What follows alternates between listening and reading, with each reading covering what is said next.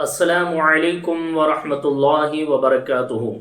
حضرات گرامی، آج ہم تابوت سکینہ کے بارے میں معلوم کرنے جا رہے ہیں۔ تابوت سکینہ کیا ہے؟ تابوت سکینہ میں کیا تھا؟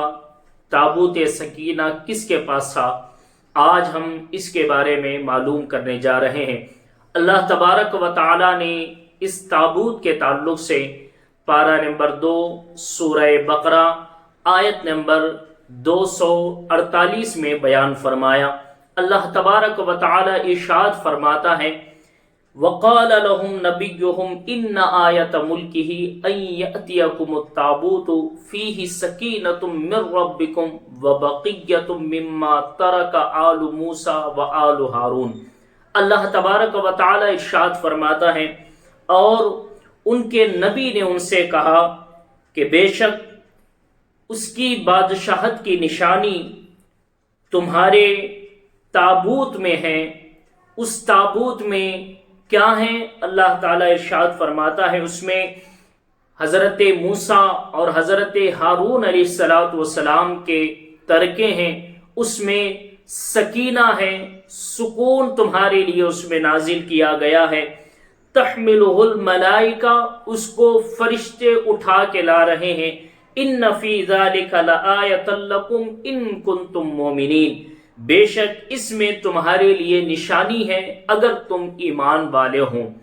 اس آیت کریمہ میں اللہ تبارک و تعالی نے تابوت سکینہ کا ذکر فرمایا ہے۔ تابوت سکینہ کیا ہے؟ کہاں سے آیا؟ کس کے پاس تھا؟ اور اس تابوت سکینہ میں کیا تھا؟ روایتوں میں مفسرین لکھتے ہیں، تمام تفاسیر میں، تفسیر کبیر میں، تفسیر روح البیان میں، اور اسی طریقے سے تفسیر ساوی میں، تفسیر خازن میں، اور بھی بہت سے کتب تفاسیر میں، جن کا میں مجموعہ خلاصہ میں آپ کے سامنے سنانے جا رہا ہوں۔ تابوت کا مطلب ہوتا ہے صندوق۔ صندوق ہوتا ہے نا، تابوت کا مطلب صندوق ہوتا ہے، اور یہ صندوق لکڑی کا بنا ہوا تھا۔ روایتوں میں آتا ہے شمشاد نام کی ایک لکڑی ہے، اس لکڑی سے اس صندوق کو بنایا گیا تھا، اور یہ صندوق جو لکڑی کا بنا ہوا تھا، اس پر سونے کی لڑیاں چڑھی ہوئی تھی، سونے کی پٹیاں بنی ہوئی تھی، اور اسی طریقے سے کہا جاتا ہے، روایتوں میں آتا ہے کہ یہ صندوق جو شمشاد کی لکڑی کا بنا ہوا، جس پر سونے کی پٹیاں چڑھی ہوئی تھی، یہ صندوق حضرت آدم علیہ السلام پر نازل ہوا۔ حضرت آدم علیہ السلام کے پاس یہ صندوق تھا۔ حضرت آدم علیہ السلام کے پاس جس وقت یہ صندوق تھا تو اس میں کیا چیزیں موجود تھی؟ روایتوں میں آتا ہے اس میں حضرت آدم علیہ السلام کے کچھ تبرکات تھے، جیسے حضرت آدم علیہ السلام کے کپڑے تھے۔ حضرت آدم علیہ السلام کے پاس جب یہ صندوق نازل ہوا تو اس صندوق میں حضرت آدم علیہ السلام سے لے کر حضرت آدم علیہ السلام سے لے کر ہمارے پیارے آقا صلی اللہ تعالی علیہ وسلم کی کم و بیش 1,00,000 یا 2,24,000 پیغمبران اعظام علیہم السلام کی تصاویریں، اور ان کے ساتھ ساتھ ان انبیاء کرام کے مکانات کی تصویریں بھی اس صندوق میں موجود تھی۔ حضرت آدم علیہ السلام کے بعد یہ صندوق وراثت کے طور پر منتقل ہوتا رہا۔ حضرت شیس علیہ السلام کے پاس آیا، پھر اس کے بعد حضرت ادریس علیہ السلام کے پاس آیا۔ اسی طرح یہ صندوق چلتا ہوا حضرت ابراہیم، حضرت اسحاق اور حضرت یوسف علیہ السلام، اور اسی طریقے سے حضرت یعقوب علیہ السلام کے پاس آیا۔ حضرت یعقوب علیہ السلام کے پاس جب یہ صندوق آیا، حضرت یعقوب علیہ السلام کی 12 اولاد تھی۔ حضرت یعقوب علیہ السلام کی اولاد کو بنی اسرائیل کہا جاتا ہے۔ حضرت یعقوب کا لقب ہے اسرائیل، اور آپ کی اولاد بنو اسرائیل کہلاتی ہے۔ بنو اسرائیل مطلب اسرائیل کی اولاد۔ تو بنی اسرائیل میں یہ صندوق منتقل ہوتا ہوا حضرت موسیٰ علیہ السلام کے پاس آیا۔ یہ صندوق بنی اسرائیل کے پاس جب تھا، بنی اسرائیل کو اس صندوق کی برکتیں ملا کرتی تھی۔ بنی اسرائیل جب بھی کسی جنگ میں جاتے، جب بھی سامنے کوئی بڑا لشکر ہوتا، کوئی ایسا لشکر ہوتا جو بڑا ہیبت ناک ہوتا، جن کے پاس بہت زیادہ ہتھیار ہوتے، جسے دیکھ کر بنی اسرائیل ڈر جایا کرتے تھے، اس وقت بنی اسرائیل اس صندوق کو اپنے سامنے رکھتے۔ جیسے ہی یہ صندوق ان کے سامنے آتا، اس صندوق کی برکت یہ ہوتی تھی کہ ان کے دلوں میں سکون نازل ہوا کرتا تھا۔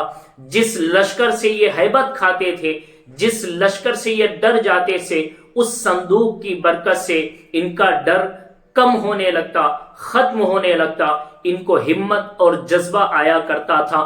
کئی جنگوں میں اس صندوق کی برکت سے انہوں نے فتح حاصل کی تھی، کئی جنگیں اس صندوق کی برکت سے انہوں نے جیتی تھی۔ بنی اسرائیل کے پاس یہ منتقل ہوتا ہوا حضرت موسیٰ علیہ السلام تک پہنچا۔ حضرت موسیٰ علیہ السلام تک جب پہنچا تو حضرت موسیٰ علیہ السلام کے اس میں کیا تھے؟ روایتوں میں آتا ہے کہ اس میں حضرت موسیٰ علیہ السلام کا عصا تھا، آپ کے نالین مبارک، آپ کے جوتیاں مبارک تھیں، آپ کے کپڑے تھے، حضرت سلیمان علیہ السلام کی انگوٹھی تھی، اس کے بعد حضرت ہارون علیہ السلام کے لباس تھے، حضرت ہارون علیہ السلام کے نالین جوتیاں تھی، اور اس صندوق میں منا سلوہ جو آسمان سے نازل ہوتا تھا بنی اسرائیل پر، اس کا تھوڑا سا حصہ اس صندوق میں موجود تھا۔ تو یہ صندوق میں انبیاء کرام کی برکتیں، اس صندوق میں انبیاء کرام کے تبرکات موجود تھے۔ پھر اس کے بعد حضرت موسیٰ علیہ السلام، حضرت ہارون علیہ السلام کے بعد یہ صندوق اسی طرح منتقل ہوتا رہا۔ یہ صندوق جب حضرت شمویل علیہ السلام کا زمانہ قریب تھا، اس وقت ہوا یہ کہ حضرت شمویل علیہ السلام کی سلطنت کو ایک بادشاہ کی ضرورت تھی۔ حضرت موسیٰ علیہ السلام کے بعد جب یہ صندوق بنی اسرائیل کے پاس آیا تو بنی اسرائیل گناہوں میں اس طرح ملوث ہو گئی، اس طرح گناہوں میں بے دھڑک ہو گئی، اس طرح ڈھیلے پن کا یہ مظاہرہ کرنے لگے۔ اللہ تبارک و تعالی ان پر پھر عذاب کی یہ صورت نازل فرمائی کہ قوم عمالقہ، ایک قوم تھی جس کا نام عمالقہ تھا، یہ قوم بنی اسرائیل پر فتح حاصل کرتی ہے۔ ان کے گناہوں کی نحوست کا عذاب جب ان پر اترتا ہے تو پھر بنی اسرائیل جہاں کے وہاں عذاب میں مبتلا ہو جاتے ہیں، اور قوم عمالقہ جو بنی اسرائیل پر فتح حاصل کر چکی تھی تو یہ قوم اپنے ساتھ اس صندوق کو لے کر گئی، اور اس صندوق سے فائدہ اٹھانے کے بجائے قوم عمالقہ نے اس صندوق کو کچرے خانے میں پھینک دیا۔ جیسے ہی اس صندوق کی بے ادبی، حقیقت تو یہ ہے کہ اس صندوق میں جو انبیاء کرام کے تبرکات تھے، ان تبرکات کی بے ادبی کرنے لگے۔ قوم عمالقہ نے اس صندوق کی جب بے ادبی کی، کوئی اس کے طرف منہ کر کے تھوکتا یا پھر پیشاب کرتا اس کے طرف منہ کر کے، تو پھر حال یہ تھا اس کو بواسیر کی بیماری ہو جایا کرتی تھی۔ جب قوم عمالقہ نے اس صندوق کی بے ادبی کی تو اللہ تبارک و تعالی نے ان پر بیماریوں کے عذاب نازل فرمایا۔ ان میں کثرت سے لوگ بیمار ہوتے اور جہاں جہاں بھی جاتے ناکام ہو کے لوٹا کرتے تھے۔ اس صندوق کی بے ادبی کی وجہ سے قوم عمالقہ کے 5 شہر برباد ہو گئے، نیست و نابود ہو گئے۔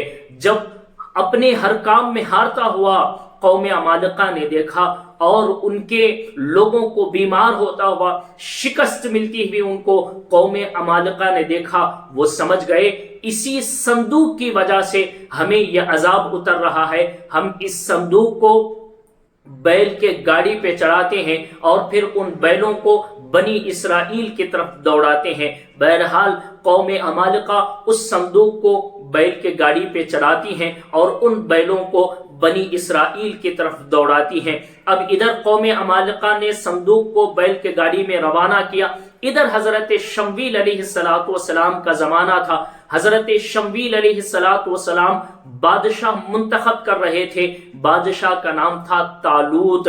حضرت شمویل علیہ السلام نے طالوت کو بادشاہ مقرر کیا، ادھر بادشاہ کو مقرر کیا، لیکن بنی اسرائیل نے کہا حضرت شمویل علیہ السلام سے کہ ہم طالوت کو بادشاہ نہیں مانیں گے، اس لیے کہ طالوت نہ ہی مالدار آدمی ہے، نہ ہی اس کے پاس کوئی جو ہے مال و دولت ہے، نہ وہ کوئی رئیس آدمی ہے، نہ اس کے پاس کوئی بڑا محل ہے، نہ اس کے پاس کوئی فوج ہے یا لشکر ہے، یہ تو ایک غریب قسم کا آدمی ہے۔ قرآن میں اللہ تبارک و تعالی نے اس آیت سے پہلے ذکر فرمایا کہ ہم نے طالوت کو مالی حیثیت سے، دولت کے اعتبار سے بڑا نہیں بنایا، بلکہ علم اور تقوی کے اعتبار سے ہم نے طالوت کو بادشاہت عطا فرمائی ہے۔ حضرت شمویل علیہ السلام نے کہا کہ اے لوگوں، تمہارے لیے طالوت کے بادشاہ ہونے کی نشانی یہ ہے کہ سالوں سے گمی ہوئی جو تم نے کھو دیا تھا، جس تابوت کو، جس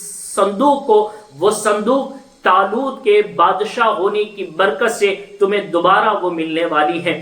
لوگوں نے کہا کہ ٹھیک ہے، اگر وہ صندوق ہمارے پاس دوبارہ آ جاتا ہے تو پھر ہم طالوت کو بادشاہ مان لیں گے۔ ادھر سے جو قوم عمالقہ نے بیل کے گاڑی پر جو صندوق روانہ کیا تھا، اللہ نے 4 فرشتوں کو بھیجا اور کہا کہ اس بیل کے گاڑی کو، ان بیلوں کو شمویل کے قوم کی طرف ہاکو۔ وہ فرشتے اس صندوق کو لے کر اس بیل کے گاڑی کو شمویل علیہ السلام کے قوم کی طرف ہانکتے ہیں، اور وہ بیل گاڑی حضرت شمویل علیہ السلام کے قوم کے پاس آ کے رکتی ہے۔ جیسے ہی تابوت سکینہ کو دیکھتے ہیں، جیسے ہی اس صندوق کو دیکھتے ہیں، بنی اسرائیل پکار اٹھتی ہے اور کہتی ہے کہ اے شمویل علیہ السلام، آپ نے جس طالوت کو بادشاہ مقرر کیا ہے، یقیناً ہم حضرت طالوت کو بادشاہ قبول کرنے کے لیے تیار ہیں۔ حضرت شمویل علیہ السلام نے جس بادشاہ کو مقرر کیا تھا، تابوت سکینہ کی وجہ سے بنی اسرائیل نے ان کو بادشاہ تسلیم کیا۔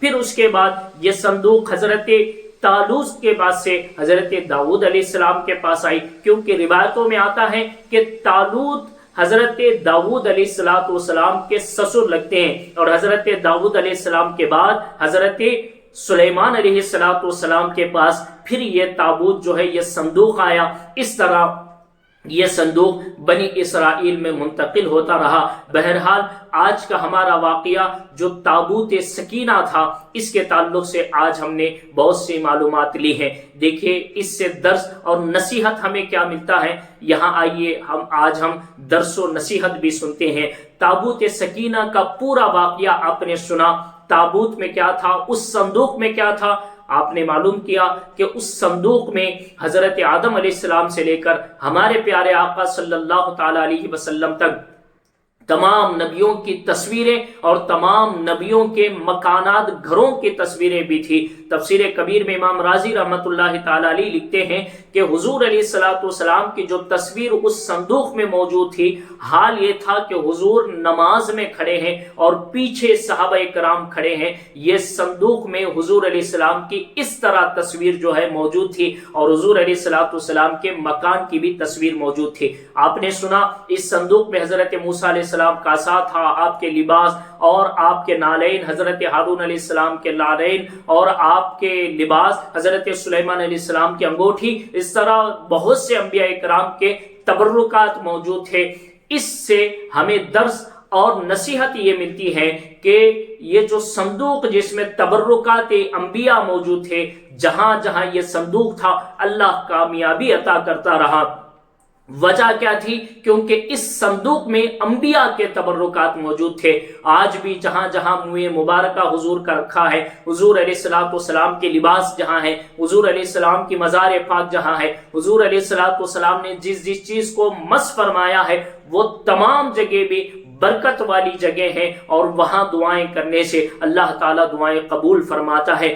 یہاں سے ایک بڑی نصیحت ہمیں یہ ملتی ہے، جس طرح انبیاء کرام کے تبرکات ہیں، اسی طرح ان انبیاء کرام کی برکت سے اولیاء کرام کو وہ اللہ تبارک و تعالیٰ نے عظمتیں عطا فرمائی ہے، ان کے مزارات، ان کے تبرکات بھی جہاں جہاں ان کا وسیلہ لے کے دعا کی جاتی ہے، اللہ تبارک و تعالیٰ اولیاء کرام کے تبرکات کی برکت سے بھی اللہ تعالیٰ کامیابی عطا فرماتا ہے، دعائیں قبول فرماتا ہے۔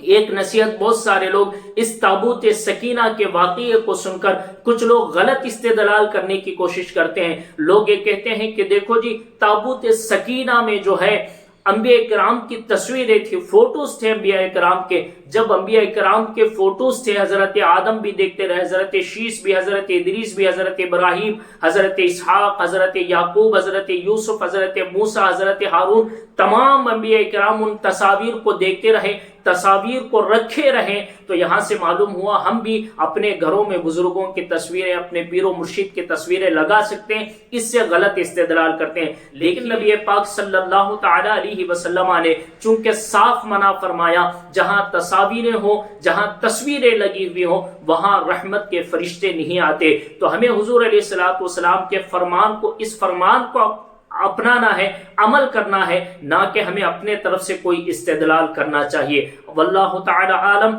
بہرحال ہمیں اس واقعے سے یہ نصیحت ملتی ہے، اللہ تعالی ہم تمام کو انبیاء کرام کی عظمتوں، شان کو اور ان کے تبرکات کو دلوں سے ادب و احترام کرنے کی اور تعظیم و توقیر کرنے کی اللہ تعالی توفیق عطا فرمائے۔ اگر میرے اس درس میں کی کوئی غلطی ہو گئی ہو، اللہ تبارک و تعالی اسے اپنے فضل و کرم سے معاف فرمائے۔ السلام علیکم ورحمۃ اللہ وبرکاتہ۔